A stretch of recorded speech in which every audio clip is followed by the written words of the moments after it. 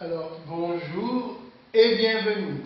Aujourd'hui, nous allons terminer l'épreuve de baccalauréat terminale sciences maths, justement dans la dernière question sur la spécialité. Voilà. Le film d'aujourd'hui porte le numéro de vidéo 15. Et ce baccalauréat a été posé en Amérique du Nord en juin 2017. Voilà. C'est le dernier exercice de ce baccalauréat. Alors, comme d'habitude, je vous lis et on corrige au fur et à mesure. Alors, je commence par lire. Inscription dans une association. Partie B. Nous avons bien sûr déjà traité la partie A. Maintenant, c'est la partie B de l'épreuve pour les spécialistes. Alors, partie B. L'association affecte à chaque enfant un numéro à 6 chiffres. Chiffre 1, le 2, le 3, le 4, le 5 et le 6. Le chiffre 6 est particulier, sa valeur dépend de celle attribuée au précédent. Et on l'appelle alors la clé du numéro. Et on la désigne par la lettre K. Voilà. Les deux premiers chiffres concernent l'année de naissance de l'enfant qui va s'inscrire. Les trois autres chiffres, pris au hasard, sont ceux qui sont attribués à l'enfant.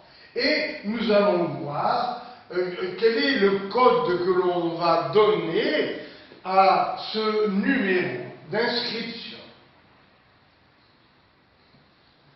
Alors, les deux premiers chiffres, C1 et C2, représentent l'année de naissance de l'enfant. Les trois suivants sont attribués au hasard à l'enfant au moment de sa première inscription. Le dernier chiffre, appelé clé de contrôle, est calculé automatiquement de la façon suivante. Donc, voilà le code que l'on va employer pour donner le numéro de la clé K, qui va permettre de contrôler la validité du numéro. Est-il faux ou bien est-il vrai? Alors, on effectue la somme du premier chiffre, du troisième et du cinquième. Donc, on effectue la somme du premier chiffre, du troisième et du cinquième chiffre.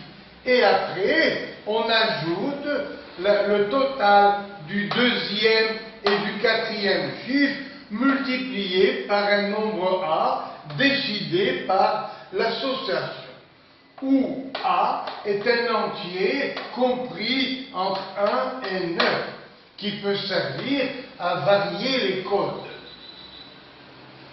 Premièrement, on effectue la division euclidienne de la somme par 10.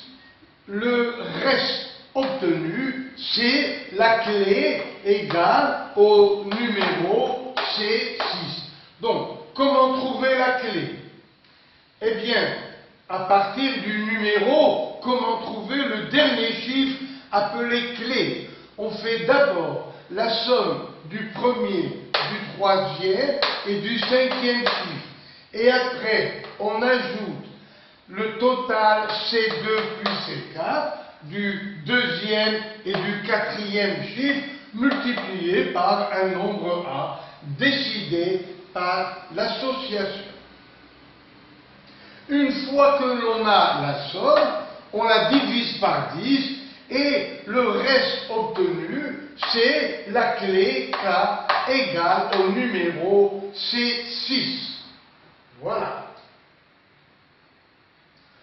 Alors, lorsqu'un employé saisit le numéro à 6 chiffres d'un enfant, on peut détecter une erreur de saisie lorsque le 6e chiffre n'est pas égal à la clé de contrôle calculée à partir des 5 premiers chiffres. Donc, la clé K, sa valeur, va être décidée par le reste de la division de cette somme par 10. Tous les chiffres vont de 0 à 9, donc on peut diviser par 10, le reste étant toujours inférieur au diviseur. Alors, première question. Dans cette question seulement, on choisit A égale 3. Bien. Alors, premièrement, le numéro 1, 1, 1, 3, 8, 3, dont voici la clé K, ce numéro peut-il être vrai? Peut-il être celui d'un enfant inscrit à l'association? Petit b. L'employé confondant un frère et une sœur échange leurs années de naissance. L'une finit par 0,8, l'autre par 1 et 1. Alors, le numéro pris avec 0,8 ou avec 1 et 1 peuvent-ils être détectés? Cette erreur peut-elle être détectée par la clé? Alors, donc, nous allons passer à la première question et voir si ce numéro peut, oui ou non, être accepté. Alors, je déplace la caméra.